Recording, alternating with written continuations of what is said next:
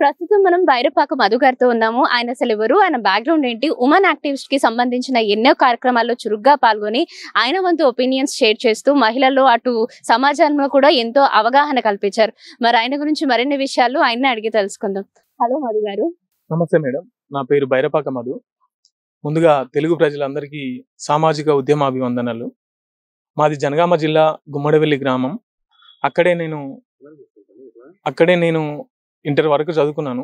ఆ తర్వాత బతుకుదెరువు కోసం అని చెప్పేసి హైదరాబాద్ వచ్చి జవహర్ నగర్ ఉంటున్న క్రమంలో జవహర్ నగర్లో ప్రజాకళా మండలి అనే సంఘం పరిచయమై, ఎందుకంటే నేను మ్యూజికిస్ట్, డప్పు డోలకు ఇవి ప్లే చేస్తుంటాను కాబట్టి ఈ ప్రజాకళా మండలి అనే సంఘం ఏర్పడిన తర్వాత ప్రజాకళా మండలి అనే సంఘంతో ఒక 10 సంవత్సరాలు నా ప్రయాణం కొనసాగించాను. అందులో రంగారెడ్డి జిల్లా అధ్యక్షునిగా ఉంటూ, ఆ తర్వాత స్టేట్ కమిటీ మెంబర్గా ఉంటూ ప్రజా ఉద్యమాల్లో ప్రజలతోని సంబంధాలు పెంచుకొని ఎన్నో పాటలు రాసాం. తెలంగాణ రాకంటే ముందే మా తెలంగాణ మాకు కావాలి, ఈ దొరల తెలంగాణ కాదు అని చెప్పేసి ఎన్నో పాటలు రాసి ప్రజల్లోకి తీసుకెళ్ళాం. అట్లాగే దానికంటే ముందే ఈ భారతదేశానికి స్వాతంత్రం రాలే, వచ్చిన స్వాతంత్రం ఈ బూటకం అని చెప్పేసి కూడా ఈ సంఘం తరపు నుండే ఈ కూలి రాజ్యం కావాలి, కూడు లేనులకు కూడు పెట్టే ఈ ప్రభుత్వాలు రావాలి అని చెప్పేసి ఎన్నో ఉద్యమాలు, ఎన్నో పోరాటాలు చేసినాం. ఆ తర్వాత ప్రజాకళా మండలి అధ్యక్షుని అన్న బిడ్డ అయినటువంటి దండెం గీత, ఆమెతోని లవ్ మ్యారేజ్ అయిన తర్వాత ఈ సంఘాలన్నీ బంద్ చేసి ఇంట్లో ఉంటూ జర్నలిస్ట్ గా జాబ్ చేసుకుంటున్నాను. అంటే యాజ్ ఎ జర్నలిస్ట్ గా మీరు వచ్చారు, అండ్ ఆల్సో ఒక ఉద్యమకారుడు, ఒక ఫైటర్, ఒక ఫైటింగే చేశారని చెప్పారు కదా. అంటే ఇన్నేళ్ళ మీ 10 ఏళ్ల ఈ అనుభవంలో పాజిటివ్స్ ఉంటాయి, నెగటివ్స్ కూడా ఉంటాయి. మీరు ఒకనొక సర్టెన్ పాయింట్ లో చాలా ప్రాబ్లమ్స్ ఫేస్ చేశాను ఇటువైపు వెళ్ళి అని చెప్పుకోదగ్గవి ఏమైనా ఉన్నాయా? చాలా ఉన్నాయి మేడం. ఇప్పుడు ఏంటంటే ఎంత విప్లవ కళాకారుల సంఘమైనా కూడా తన సొంత విషయానికి వచ్చేసరికి, తన ఇంట్లో విషయానికి వచ్చేసరికి ఆ రాజకీయాలన్నీ మారిపోతుంటాయి. ఒక చిన్న ఎగ్జాంపుల్ చెప్తా.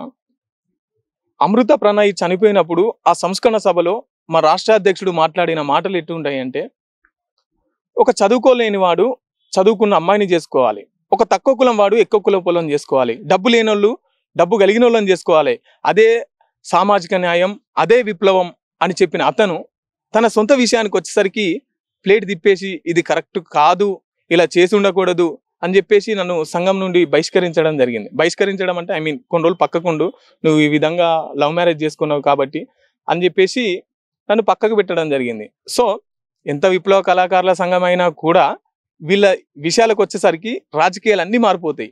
నేను ఎంతో గొప్పగా నమ్మి, ఎంతో గొప్పగా దాంట్లో పనిచేసిన, నా జీవితాన్ని మొత్తం త్యాగం చేసిన దానికోసం, కానీ ఇటువంటి కుట్రలు ఇందులో ఉంటాయని చెప్పేసి నా దగ్గరికి వచ్చేసరికి కూడా అది నాకు తెలియదు.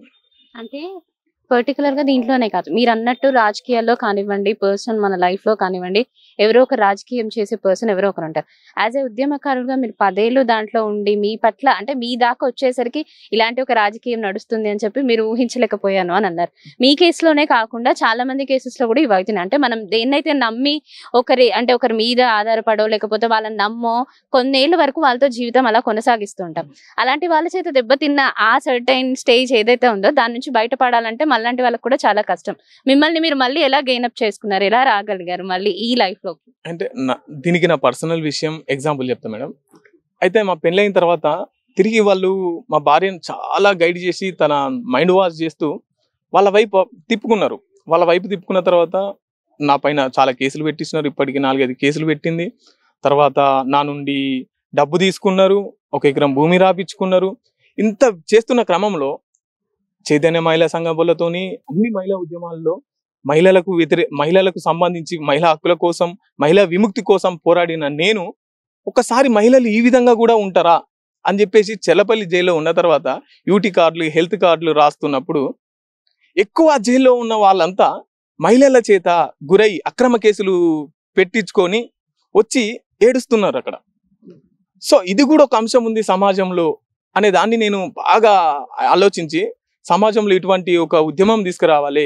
నిజంగా ఈ చట్టాల్లో కానీ, సామాజికంగా కానీ, బయట సమాజం మొత్తం కానీ లేడీస్కే సపోర్ట్ ఉన్నది. ఎందుకంటే మేము బలహీనులం, శారీరకంగా బలహీనులం, మెంటల్గా బలహీనులం మేము కాబట్టి మాకు ఈ సమాజంలో కొంత స్థానాలు కావాలి అని చెప్పేసి పోరాడి తెచ్చుకున్నటువంటి ఈ చట్టాలు ఎంత మిస్యూజ్ చేస్తున్నారు అనేది ఇది కూడా నేను నేర్చుకున్న ఒక గుణపాఠం. సో ఆ చట్టాలను కూడా మార్చాలి, ఈ పురుషులకు కూడా విముక్తి కావాలని చెప్పేసి ఒక ఉద్యమంని స్టార్ట్ చేస్తున్నాం మేడం. అంటే మీ పర్సనల్ లైఫ్ లో మీరు పడిన స్ట్రగుల్ వల్ల, అంటే మేబీ మీ వైఫ్ వల్ల మీరు ఇంకా ఆడవాళ్ళు మొత్తం లైక్ నెగిటివ్ అన్న అప్రోచ్ లో ఆడవాళ్ళు అందరిని అనట్లేదండి, కొంతమంది మేజర్ గా. నిజంగా ఇంకోటి జరుగుతున్నది ఏంటంటే, బాధింపబడే మహిళలకు ఎవరు కూడా పోలీస్ స్టేషన్కి వెళ్ళి కోర్టుకి వెళ్ళి ఇంతవరకు రావట్లే. అక్రమంగా కేసులు బనాయించడం కోసం, తమ ఆధిపత్యం కోసం, అహంకారం కోసం, అక్రమ సంబంధాల కోసం, తల్లిదండ్రులు చెప్పిన మాటల కోసం ఈ విధంగా వెళ్ళి కేసులు పెడుతూ, చూడండి, ఒక మహిళ ఇంకో మహిళకు శత్రువు అవుతున్నది. 498లో ఒక భర్త పైన కాకుండా సంబంధం లేని వ్యక్తుల పైన, అక్కల పైన, అమ్మల పైన, అన్న పైన, వదిన పైన, వీళ్ళందరి మీద కేసులు పెడుతూ ఇంకో మహిళను అరెస్ట్ చేస్తున్నది. సో దీన్ని మేము ఖండిస్తున్నాం. ఖచ్చితంగా మహిళ ఒకవేళ బాధింపబడితే దాన్ని చట్టాన్ని అప్రోచ్ అవ్వాలి, కానీ బాధింపబడకుండా తప్పుడు కేసులు పెట్టుట్లో వీళ్ళు చాలా ముందుంటున్నారు. కాబట్టి దీన్ని ఖచ్చితంగా ఖండిస్తాను. ఎందుకండి ఆడవాళ్ళు పెడుతున్నారంటారా, మీ మగవాళ్ళు పెట్టారంటారా? అంటే ఇప్పుడు సిన్సియర్ అన్నది 2 votes, అంటే ఇద్దరు వైపు నుంచి ఉండాలి, అమ్మాయి తరఫు నుంచి అబ్బాయి తరఫు నుంచి. మీరు ఇంకా లవ్ మ్యారేజ్ చేసుకున్నారు కాబట్టి మేబీ లవ్ లో ఉన్నప్పుడు ఇద్దరు కరెక్ట్ అనిపించవచ్చు, ఆ తర్వాత పెళ్లి చేసుకున్న తర్వాత అసలు ప్రాబ్లమ్స్ ఏమన్నా వచ్చి ఉండొచ్చు. అండ్ ఇప్పుడు ఒక అమ్మాయికి కష్టం వస్తే పోలీసులనో లేకపోతే వాళ్ళ పుట్టింటి వాళ్ళనో ఆశ్రయిస్తుంది. ఎవరినైతే నమ్మి తన లైఫ్ అనుకొని వస్తుందో తన ద్వారా నుంచి తనకి ఏదన్నా లైక్ ఏదైనా కష్టం వచ్చినా, లేకపోతే ఏదన్నా అవుతుంది ఇంకా ఫ్యూచర్ లో, నాకు ఈయనతో ఉండడం వల్ల నాకు సరైన సంబంధాలు కుదరటం లేదు అని చెప్పి చిన్న మిస్అండర్స్టాండింగ్ వచ్చినా, ఏదైనా థ్రెట్ ఉన్నా తన అక్కడ నుంచి వెళ్ళిపోవాలి అని అనుకుంటది మాక్సిమం. అబ్బాయిలు కూడా జనరల్ గా అమ్మాయిలను అర్థం చేసుకోవడంలో కానివ్వండి, లేకపోతే ప్రేమించినప్పుడు ఉన్న ఆ లవ్ ఏదైతే ఉందో పెళ్లి తర్వాత మారిపోయి ఉండొచ్చు కదా. అంటే ఒక అబ్బాయి చేసిన తప్పును ఒక అమ్మాయి తప్పు బట్టి ఒక కేసు పెట్టినప్పుడు అమ్మాయిదే తప్పు అని చెప్పి వాదించే అబ్బాయిలు కూడా ఉంటారు.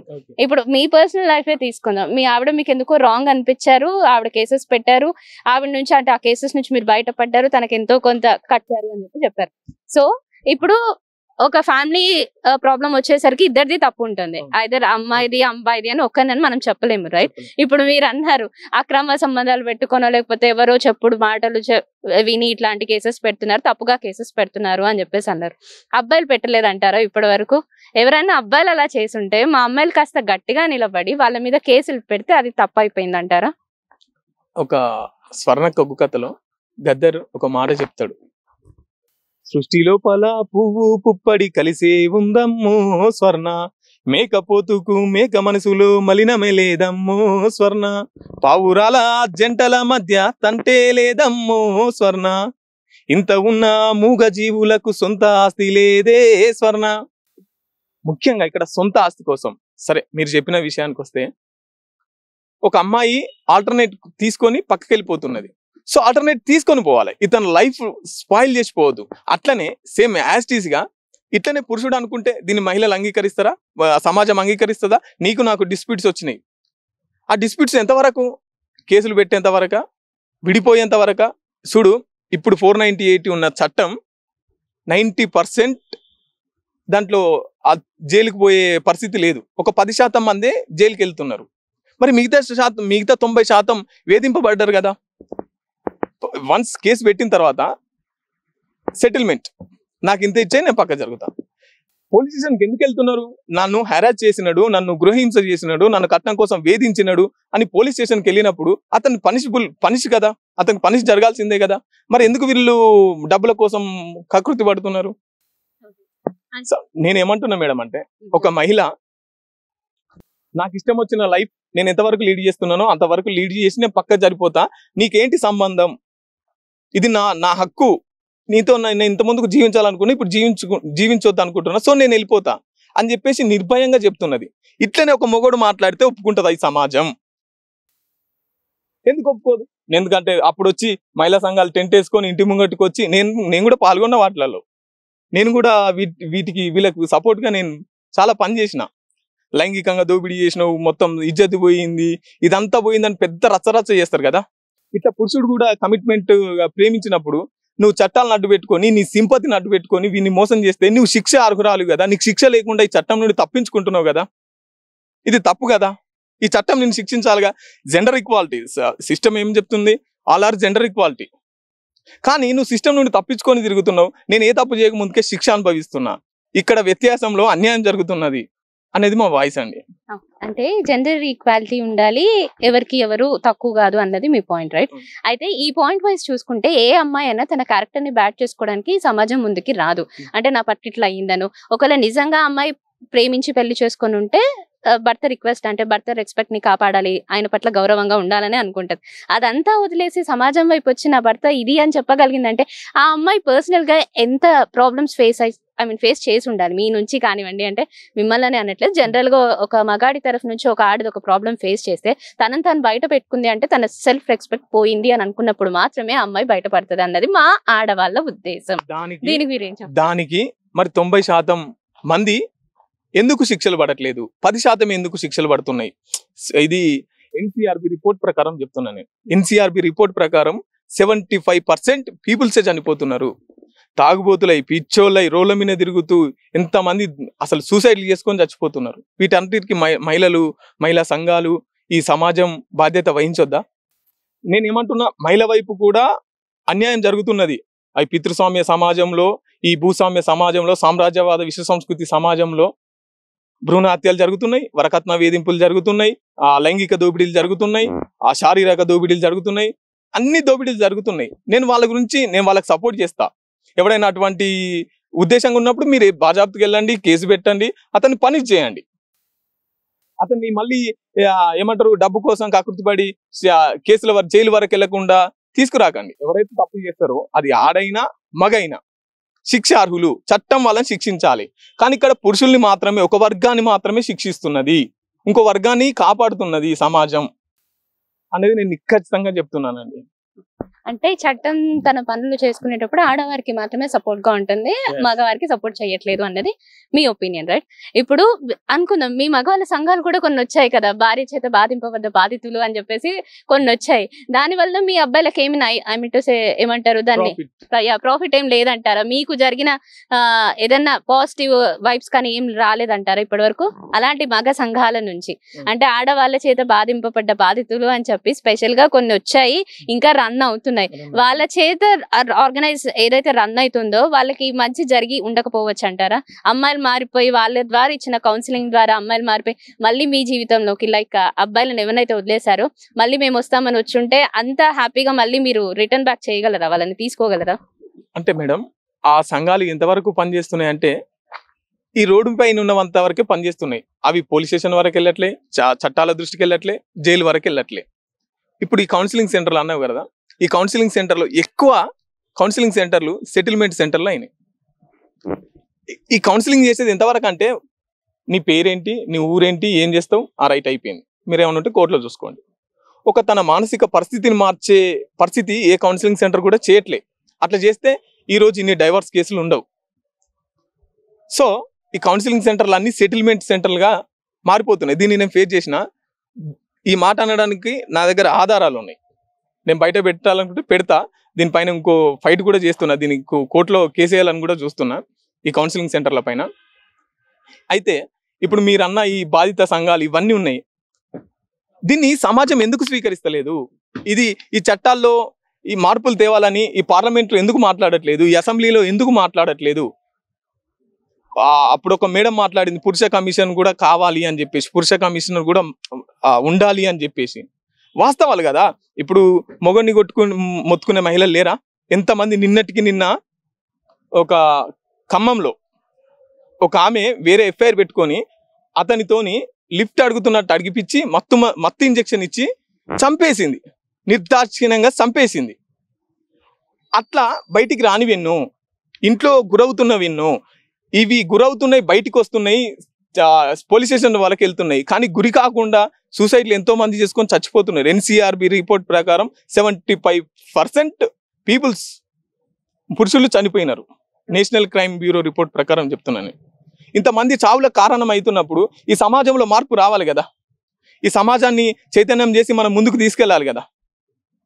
సో అటువంటి ప్రోగ్రాం, దీన్ని ప్రజలందరూ స్వీకరించాలి. మేధావులు, బుద్ధిజీవులు, వీళ్ళంతా జర్నలిస్టులు, లాయర్లు, వీళ్ళంతా కలిసి రావాలని చెప్పేసి మేము మాట్లాడుతున్నాం. ఇక్కడ ఒక హైదరాబాద్లో దీన్ని ఆర్గనైజ్ చేస్తున్నాం. దీనికి సంబంధించి పెద్ద పెద్ద వాళ్ళని కలుస్తున్నాం. దీనికి ఒక ఏర్పాటు చేస్తున్నాం, ఒక వేదికని. అంటే ఇప్పుడు జనరల్ గా మీరు చెప్పారు ఒక సభ పెట్టాలి అనుకుంటున్నాం, పెద్దవాళ్ళని కూడా కలవడం జరిగింది అని చెప్పి. వాళ్ళు కూడా ఇలాగా మోసపోయిన వాళ్ళు ఉన్నారా? లేకపోతే మీకు సపోర్ట్ చేయడానికి గల కారణాలు ఏంటి? జనరల్ గా ఒక ఉమెన్ మీద ఒక అగైనెస్ట్ గా ఒక కేసు వచ్చింది అంటే అది ఎంతవరకు కరెక్ట్ అన్నది లోతుగా పరిశీలించిన తర్వాతే ఎవరైనా ముందుకు రావడం జరుగుతుంది. ఎందుకంటే అక్కడ ఒక ఆత్మాభిమానం ఉంటుంది, ఒక ఒక అమ్మాయికి సంబంధించిన సెల్ఫ్ రెస్పెక్ట్ ఉంటుంది.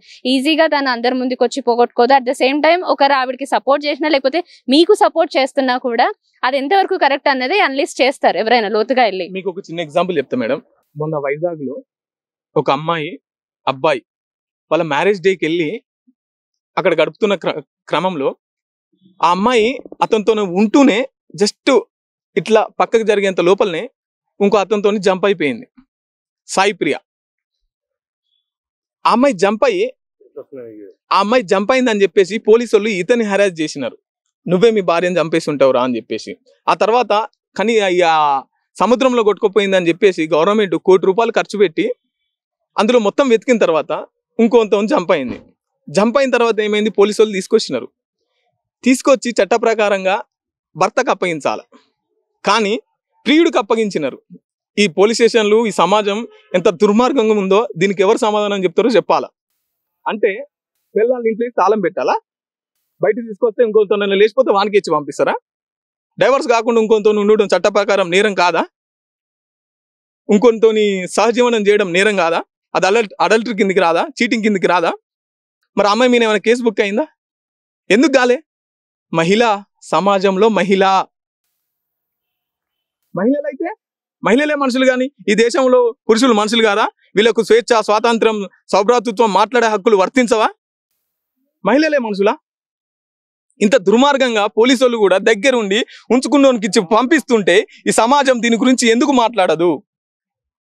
అందరు మహిళలు ఇట్లనే చేయాలని చెప్పేసి మీరు పరోక్షంగా వాళ్ళను ప్రేరేపిస్తున్నారా? సమాధానం చెప్పాలి వీటికి. సో ఇటువంటివి జరుగుతున్న వీటన్నిటిని ఎగ్జాంపుల్ గా తీసుకొని ఇటువంటివి కూడా ఈ సమాజంలో జరుగుతున్నవి. ఇది కూడా సమాజంలో ఇది అనవసరమైనది. సమాజాన్ని అభివృద్ధి వైపు తీసుకెళ్లాలి కాబట్టి మన భారతదేశానికి భిన్న సంస్కృతులు, భిన్న సాంప్రదాయాలు, ఇది లౌకిక దేశం కాబట్టి ఇటువంటివి జరగకూడదు అని చెప్పేసి ఈ కార్యక్రమాన్ని తీసుకెళ్తున్నాం మేడం. అయితే మొన్న రీసెంట్ గా FB ద్వారా పరిచయమైన ఒక అమ్మాయిని ఆల్రెడీ లవ్ చేసి పెళ్లి చేసుకున్నాడు. గతంలో ఒక అమ్మాయిని లవ్ చేశాడు. ఆ అమ్మాయిని ఎందుకో గానీ వదిలేసుకున్నారు. అంటే ఒకరికొకరు వద్దు అని చెప్పేసి దూరంగా ఉన్నారు. పెళ్ళైన తర్వాత మళ్ళీ ఆ అమ్మాయి వచ్చి నువ్వే నాకు కావాలి అని అంటే మొదటి భార్య సాక్ష్యంగా నించొని వాళ్ళ ప్రేమను అంగీకరించి పెళ్లి చేసింది భర్తకి. మళ్ళీ 2 రోజుల తర్వాత అదే సెకండ్ అమ్మాయి పెద్ద ఆవిడతోనే ఉంటున్నాడు, నాతో ఉండట్లేదు అని చెప్పేసి ఆవిడ మాట్లాడింది. అంటే ఇక్కడ మగాడికి స్థిరత్వం లేదా? వాడి మనస్తత్వం ఎలా ఉంది? ఆల్రెడీ ప్రేమించిన అమ్మాయిని వదిలేసి మళ్ళీ ఇంకో అమ్మాయిని ప్రేమించి ఆ అమ్మాయిని పెళ్లి చేసుకొని భార్య సాక్షిగా మళ్ళీ పాస్ట్ అమ్మాయి తన లైఫ్ లోకి వచ్చి పెళ్లి చేసుకొని ఇదంతా ఎందుకు అయిందంటారు? అంటే అందరు అమ్మాయిలే లైంగికంగా దాడి చేస్తున్నారు, అమ్మాయిలే డబ్బు కోరుకొని ఇలా ఇదంతా చేస్తున్నారు. కేసు పెట్టినప్పుడు కేసులోనే వదిలేకుండా మళ్ళీ కాంపెన్సేషన్ కింద ఇంత అడిగి తీసుకుంటున్నారు ఎందుకు అని చెప్పి మీ మాటల్లో చెప్పారు కదా. మరి ఇక్కడ మగాడి స్థిరత్వం ఏమైంది? వాడి మనస్తత్వం ఎలా ఉంది? అట్ ఏ టైం 2 అమ్మాయిలతో ఉంటానని ఎలా అనుకున్నాడు? ఒక అమ్మాయితో జీవితం అంటే ఒక రిలేషన్ స్టార్ట్ చేసిన తర్వాత అది ఎంత ఈజీయో ఎండ్ వరకు కాపాడుకోవడం అంత కష్టం. అలాంటిది మొదట ఆవిడ్ని ఒప్పించి మరీ 2వ పెళ్లి చేసుకున్నాడు. ఇక్కడ 2 అమ్మాయిల జీవితాన్ని లైఫ్ నాశనం చేసినట్టే కదా. అయితే ఇప్పుడున్న ఈ ప్రేమలు కమిట్మెంట్ లవ్ కాదు. ఎంతసేపు ఉన్న శారీరకంగా, ఆర్థికంగా ఇటువైపు నుండి కావచ్చు, అటువైపు నుండి కావచ్చు, కమిట్మెంట్ ప్రేమలు ఉండాలి. విశ్వాసంతో కూడిన ప్రేమలు ప్రేమించబడినప్పుడే అవి సక్సెస్ఫుల్ అవుతాయి. ఈ విశ్వాసం లేని ప్రేమలు ఎంతసేపు ఉన్నా కూడా ఎక్కడో అక్కడ ఫుల్ స్టాప్ పడుతుంది. అయితే మీరు చెప్పిన దానికి ఏంటంటే అమ్మాయిలు ఆల్టర్నేట్ కోరుకుంటారు, ప్రతిసారి ప్రత్యామ్నాయం కోరుకుంటారు. ఇంట్లో ఉన్నప్పుడేమో బాయ్ ఫ్రెండ్ కావాలి, అమ్మ నాన్న చేదైతారు, అమ్మ నాన్న మాటినరు, బాయ్ ఫ్రెండ్ కావాలి. వన్స్ పెళ్ళైన తర్వాతనేమో మొగుడొద్దు, అమ్మ నాన్న మాటింటారు. ఆల్టర్నేట్. అక్కడ ఉంటేనేమో వీడు కావాలి, ఇక్కడ ఉంటేనేమో వాళ్ళు కావాలి. ఒక దగ్గర నిలకడగా ఉండలేరు, కమిట్మెంట్ గా ఉండలేరు. అయితే మీరు చెప్పిన విషయం ఏంటంటే ఒక భార్యాభర్తల మధ్య చిన్న చిన్న గొడవలు సహజం. 2 హృదయాలు ఒకటిగా జీవిస్తున్నప్పుడు మిత్ర వైరుధ్యాలు జరుగుతాయి. ఆ వైరుధ్యాలు జరుగుతున్నప్పుడు ఆ మిత్ర వైరుధ్యాలను సమీక్షించుకుంటే అవి క్లియర్ అవుతాయి. అలా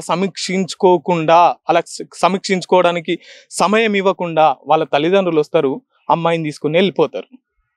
అమ్మాయిని తీసుకొని వెళ్ళి ఇంట్లో పెట్టుకుంటారు. వీళ్ళకు కమ్యూనికేషన్ కట్ అయిపోతుంది. ఫస్ట్ ఆఫ్ ఆల్ ఇక్కడ ఈ విడాకులకు ఇంత ఈ సమాజం బస్టు పట్టుకుపోవడానికి కారణం ఏంటంటే వీళ్ళ తల్లిదండ్రులు, అమ్మాయి వాళ్ళ తల్లిదండ్రులు తీసుకెళ్ళి ఇంట్లో పెట్టుకున్న తర్వాత అమ్మాయి అక్కడ ఉంటుంది, వీడు ఇక్కడ ఉంటాడు. వీడు మెంటల్గా బాగా ఆవేదన చెందుతుంటాడు, పగబడుతుంటాడు, కోపం పెంచుకుంటుంటాడు. సో అట్లా వెళ్తున్న క్రమంలో ఇతనికి ఎవరో అమ్మాయి తగులుతుంది, ఇతను కూడా ఆల్టర్నేట్ చూసుకుంటాడు. ఎంతసేపు అని ఇట్లా ఈ వేదనకు గురై మీరు చెప్పిన దాని ప్రకారం అబ్బాయి ఆల్టర్నేట్ చేసుకోవచ్చు, కానీ అమ్మాయి చూసుకుంటే మాత్రం అది తప్పు. అమ్మాయి అక్కడ ఉంటది, ఇతను ఇంకో ఆల్టర్నేట్ చూసుకుంటాడు. ఇలా ఆల్టర్నేట్ చూసుకోకుండా అమ్మాయి కోసమే సంవత్సరాలుగా జీవితం నష్టపోయిన వాళ్ళు చాలా మంది ఉన్నారు. అమ్మాయి అక్కడ ఉంటది, అబ్బాయి ఇక్కడ ఉంటాడు. ఇట్లా జీవితం మొత్తం సర్వనాశనం అయిపోతుంది. అక్కడ వాళ్ళు ఉత్తి ఉండరు, ఇక్కడ వీళ్ళు ఉత్తి ఉండరు అనేది వాస్తవం. అయినప్పటికీ కుటుంబంగా ఉండలేరు. ఏమైంది, ఇంకొక అమ్మాయిని చూసుకున్నాడు. వీళ్ళకి ఏమవుతుంది అంటే ఇక నువ్వు కాకపోతే ఇంకొకరు.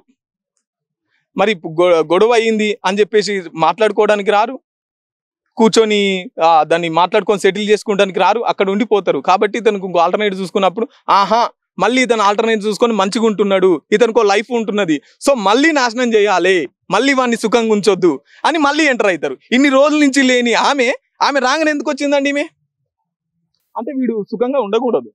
ఎంతసేపు ఆమె పేరు చెప్పుకొని వీడు ఇట్లనే సర్వనాశనం అయిపోవాలి తప్ప వీడు ఇంకో ఆల్టర్నేట్ చూసుకున్నా కూడా వాళ్ళు ఓర్చుకోరు. ఒకవేళ వాళ్ళు ఆల్టర్నేట్ పెట్టుకున్నారు అనుకో, వాడిని ఆ ఏరియాలో కూడా రానియరు, కనీసం ఆ ప్రాంతంలో కూడా అడుగు పెట్టనియరు. వాళ్ళు ఆల్టర్నేట్ ఉంచుకుంటే నన్ను చంపడానికి వచ్చిండు, నన్ను ఇజ్జత్ తీస్తున్నాడు అని చెప్తారు. వెంటనే పోలీస్ స్టేషన్లోకి వెళ్ళి కేసు పెడతారు.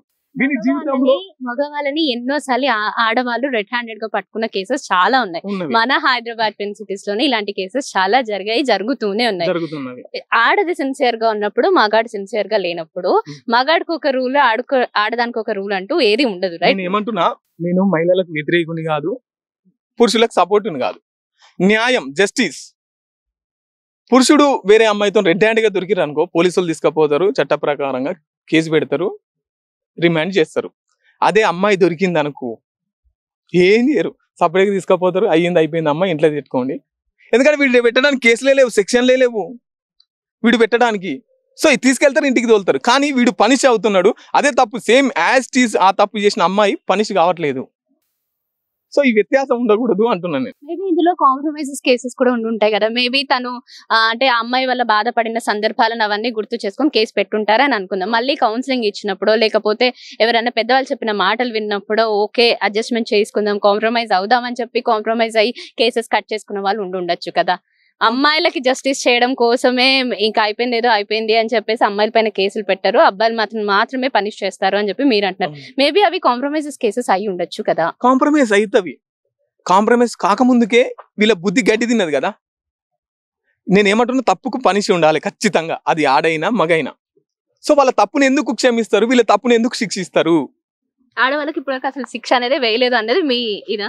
శిక్షలు వేస్తున్నారు, కానీ ఎంతవరకు అది మొత్తం చెయ్యి దారిపోయినప్పుడు, మొత్తం అది చంపే వరకు వచ్చినప్పుడు, చంపిన తర్వాత మొగోళ్ళు మానసిక దాడులు అనుభవిస్తలేరా? భార్యలు గృహహింస చేయట్లేదా? చూడండి, ఒక అమ్మాయి ఒక అబ్బాయి ప్రేమించుకుంటా ఉంటారు. నేను చూసిన మా ఫ్రెండ్ విషయంలో ఒక అమ్మాయి వచ్చే అతని ఇంటికి వచ్చి తీసుకొని పోయింది. వాళ్ళ అమ్మ నాన్న కిడ్నాప్ కేసు పెట్టిరు అతని మీద. అమ్మాయి వచ్చి లేపుకొని పోయింది, వాళ్ళ అమ్మ నాన్న కిడ్నాప్ కేసు అతని మీద పెట్టిరు. తిరిగి అమ్మాయి వచ్చి వాళ్ళ అమ్మ నాన్నకు సపోర్ట్ ఉంటూ ఇతన్ని జైలుకి పెట్టింది. నిజంగా న్యాయంగా లేపుకెళ్ళింది అమ్మాయి, కానీ అమ్మాయి సేఫ్ గా పక్కకుంటూ అబ్బాయి శిక్ష అనుభవించాడు. ప్రేమించిన పాపానికి, కమిట్మెంట్ లవ్ పాపానికి. సో రెండు వైపులా ఉన్నాయి. ఒక నాణానికి రెండు వైపులా హెడ్స్ అండ్ టైల్స్ ఎట్లుంటాయో ఈ సమాజం మొత్తం ఒకవైపే చూస్తున్నది. ఇంకో వైపు కూడా ఇంకో సమాజం బాధింపబడుతున్నది, హింసకు గురవుతున్నది. వాళ్ళను కూడా గుర్తించాలి, వాళ్ళకు కూడా న్యాయం జరగాలి. ఎంతసేపు ఉన్నా వాళ్ళు మనుషులే, ఈ దేశ పౌరులే. ఎంత కమిట్మెంట్ ప్రేమలున్నా, ఎంత సాక్రిఫైసెస్ చేసుకున్నా, అల్టిమేట్ గా వాళ్ళిద్దరు ఒకటవ్వాలి అని ఒక డెసిషన్ తీసుకొని ఒక కపుల్ పెళ్లి చేసుకుంటే పరువు హత్యలు ఎందుకు అవుతున్నాయి అంటారు? మరి తల్లిదండ్రుల పెంపకం లోపం అంటారా, లేకపోతే పిల్లల్ని సరిగ్గా అర్థం చేసుకోలేక మా పరువు తీసింది అని చెప్పి కట్టుకున్న అంటే సొంత కూతురు అల్లుడిని చంపడం కానివ్వండి, లేకపోతే హరాస్మెంట్ చేయడం కానివ్వండి, మర్డర్ కేసెస్, ఇవన్నీ మనం అమృత ప్రాణి కేసెస్ లో చూసాం. ఆ తర్వాత కూడా చాలా కేసెస్ జరిగాయి. మరి ఇక్కడ ఎవరిది తప్పు అంటారు? తల్లిదండ్రులు అంత ప్రేమ పెంచుకునేందుకు వాళ్ళది తప్పు అంటారా, లేకపోతే వాళ్ళ ప్రేమను నమ్ముకొని అమృత బయటకు వచ్చి ప్రణయ్తో హ్యాపీగా ఉండడం చూసి ఓర్వలేని తనం అంటారా? నిజంగా ఒక తల్లిదండ్రులు వాళ్ళ పిల్లలు బాగుండాలి అని అనుకుంటే వాళ్ళ సంతోషాన్ని కోరుకుంటారు అని అంటారు కదా, మరి పరువు హత్యలు ఎందుకు అవుతున్నాయి అంటారు?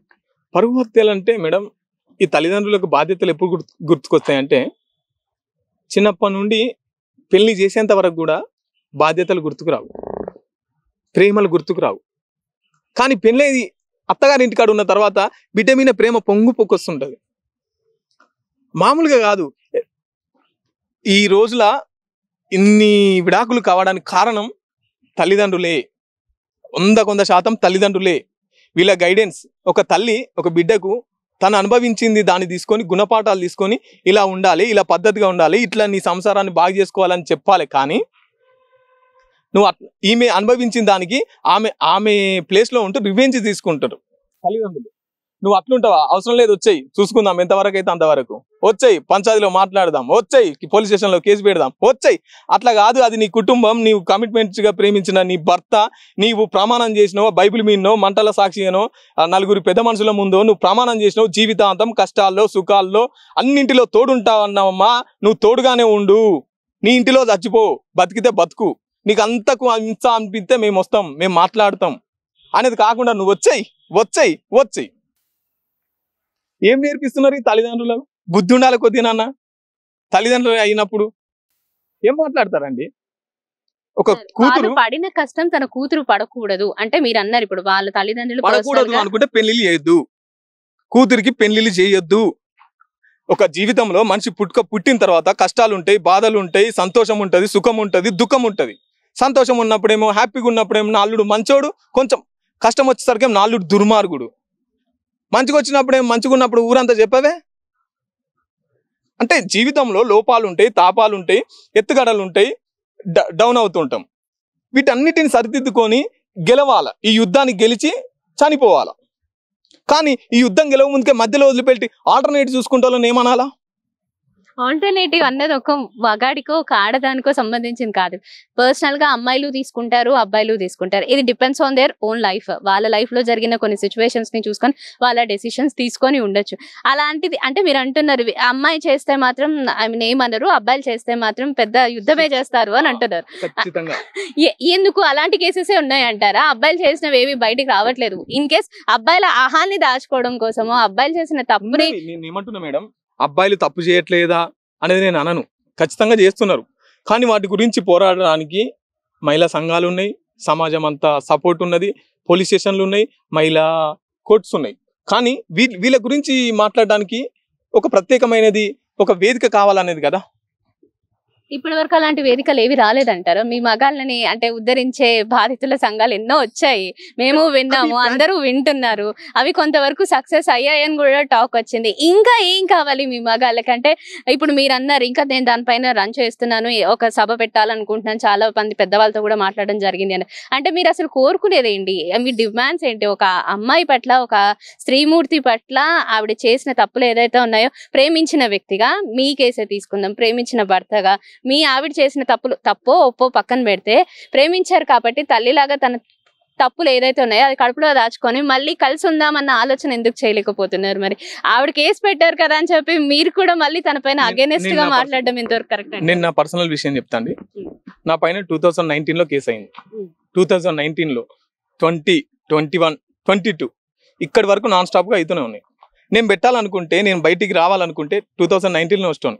కానీ 4 సంవత్సరాలు ఊపిక పట్టిన తనని మార్చుకోవడం కోసం. తను మారుతుందేమన్న ఉద్దేశం కోసం, ప్రేమతో మారుతుందేమన్న ఉద్దేశం కోసం ప్రేమతో చెప్పినా, మంచిగా చెప్పినా, తిట్టి చెప్పినా అయినా మార్పు రావట్లా. ఖచ్చితంగా మనిషికి మార్పు రావాలా. అది ఎట్లా చెప్తే మార్పు వస్తుంది, ఏ విధంగా మార్పు తీసుకురావాలనేది point.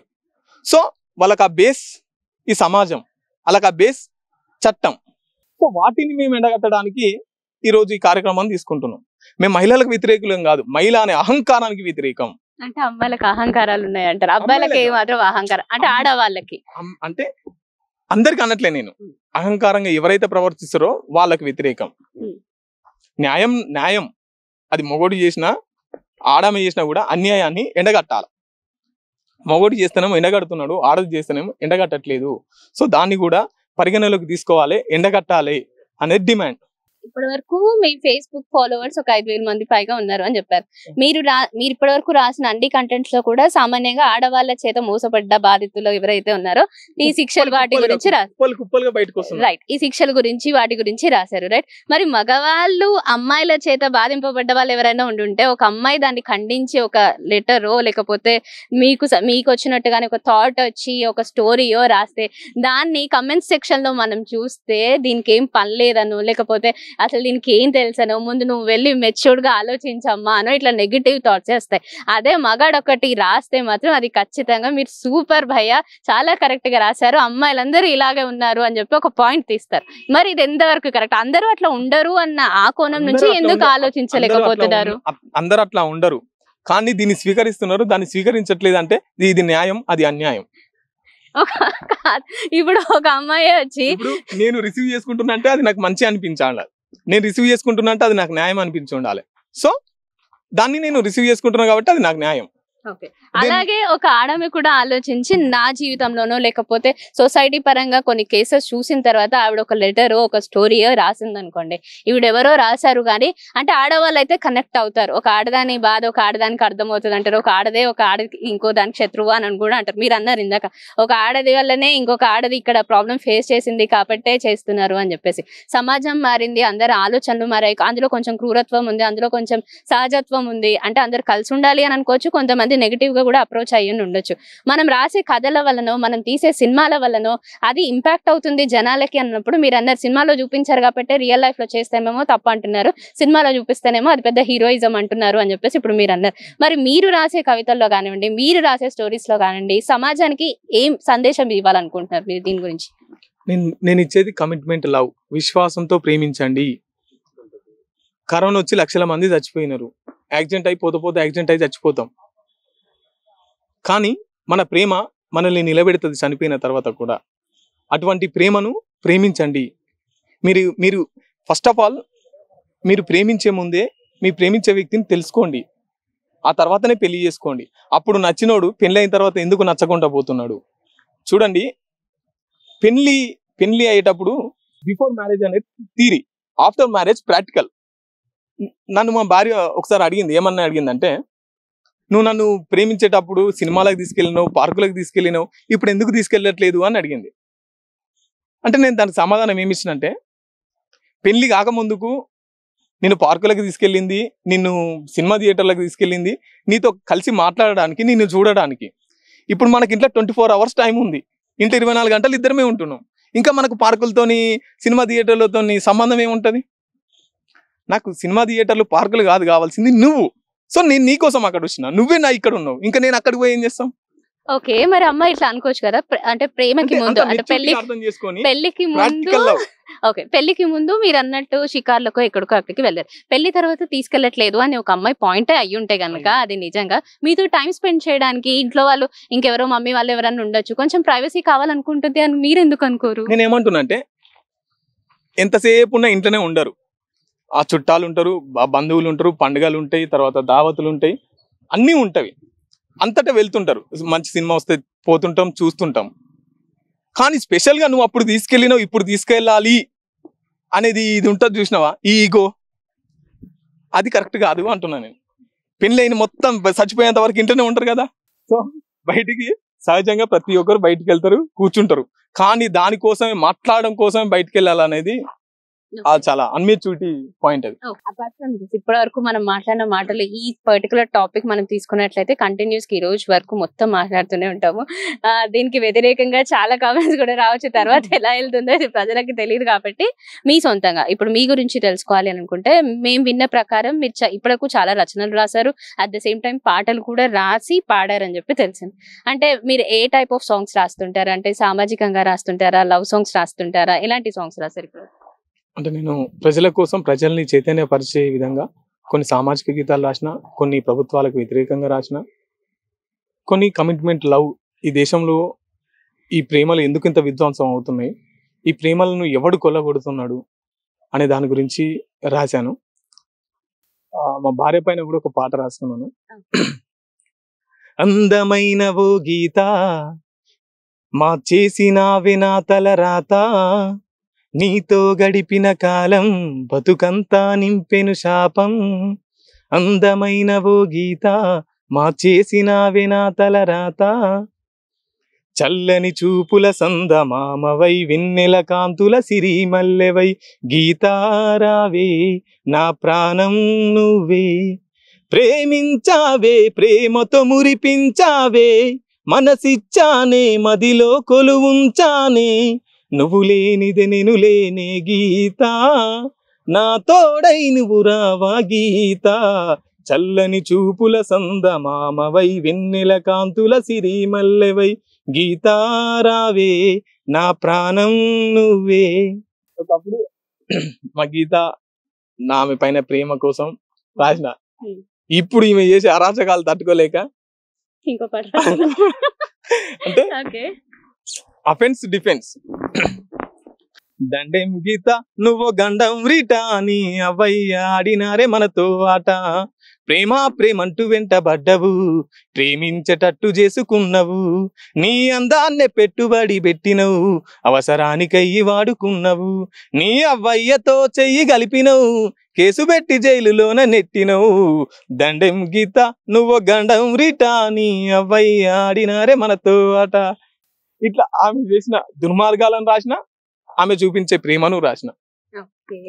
Anyway thank you Madhu గారు. లైక్ మీ పర్సనల్ ఇష్యూస్ మాత్రమే కాకుండా సమాజంలో అసలు వారి ఆలోచనలు ఎలా ఉన్నాయి, కౌన్సిలింగ్ ద్వారా కానివ్వండి, అసలు మనుషులు ఎలా మారుతున్నారు అని చెప్పి చాలా అంటే కొంతమందికి అవగాహన కల్పించారు మీ మాటల్లో. అట్ ద సేమ్ టైం మీరు దేనికోసం అయితే స్ట్రగుల్ అవుతున్నారు, ఇప్పుడు ఒక సభ పెట్టి మీ ఇలాంటి వాళ్ళు ఎవరైతే బాధితులు ఉన్నారో వాళ్ళందరికీ మంచి జరగాలని మీరు చేసే ఈ ప్రయత్నంలో గెలవాలని చెప్పి అమ్మ న్యూస్ కూడా ప్రత్యేకంగా కోరుకుంటుంది.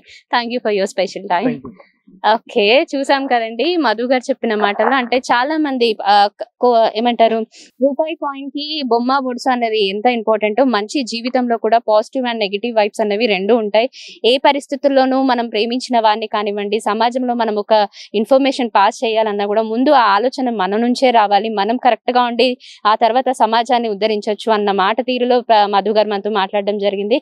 ఎన్నో కేసెస్ జరుగుతూ ఉంటాయి, పర్టికులర్ గా మన దేశంలోనే కాదు బయట దేశాల్లో కూడా అమ్మాయిల పైన కానీ ఆడవాళ్ళ పైన కానివ్వండి ఎన్నో అఘాయిత్యాలు జరుగుతూ ఉంటాయి. వాళ్ళకి అంటే మగవాళ్ళకు ఒక శిక్ష, ఆడవాళ్ళకు ఒక శిక్ష అన్నట్టు కాకుండా అందరినీ ఈక్వాలిటీగా చూసి ఎవరు తప్పు చేసినా వాళ్ళని శిక్షించాలి అని చెప్పి మనలాంటి సామాన్యులు ఎంతో మంది కోరుకుంటున్నారు. ఈ రోజు ఇది ఇప్పటి వరకు ఉన్న అప్డేట్. కెమెరామ్యాన్ సాంబశివతో కీర్తన, అమ్మా న్యూస్, హైదరాబాద్.